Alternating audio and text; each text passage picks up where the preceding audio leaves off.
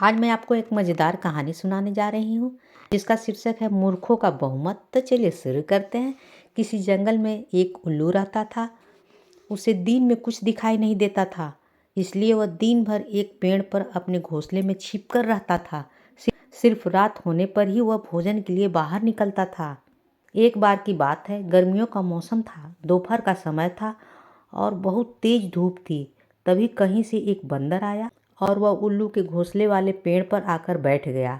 गर्मी और धूप से परेशान बंदर ने कहा, उर्फ, बहुत गर्मी है। यहाँ भर की इतनी गर्मी पड़ रही है, लग रहा है कि कहीं पानी में जाके डूब जाए। आकाश में सूरज की आग की किसी बड़े गोले की तरह चमक रहा है और लोग त्राही त्राही कर रहे हैं।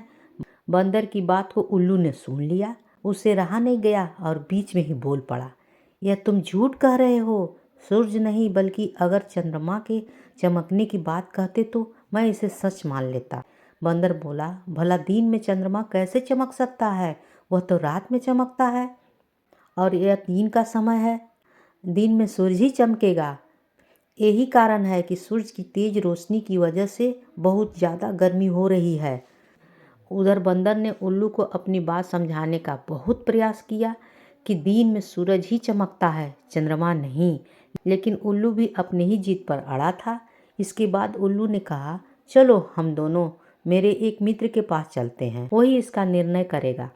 बंदर और उल्लू दोनों एक दूसरे के पेड़ पर गए। उस दूसरे पेड़ पर उल्लुओं का एक बड़ा सा झुंड रहता था। उल्लू ने सभी को बुलाया और उनसे कहा कि दिन में आकाश में सूरज चमक रहा है या नहीं, यह तुम सब मिलकर बताओ। उल्लू की बात सुनकर उल्लुओं का पूरा झुंड हंसने लगा। वो बंदर की बात का मजाक उड़ाने लगे। उन्होंने कहा, नहीं नहीं, तुम बेवकूफ़ों जैसी बात कर रहे हो। इस समय आकाश में तो चंद्रमा ही चमक रहा है और आकाश में सूरज चमकने की झूठ बात बोलकर हमारी बस्ती में झूठ का प्रचार मत करो।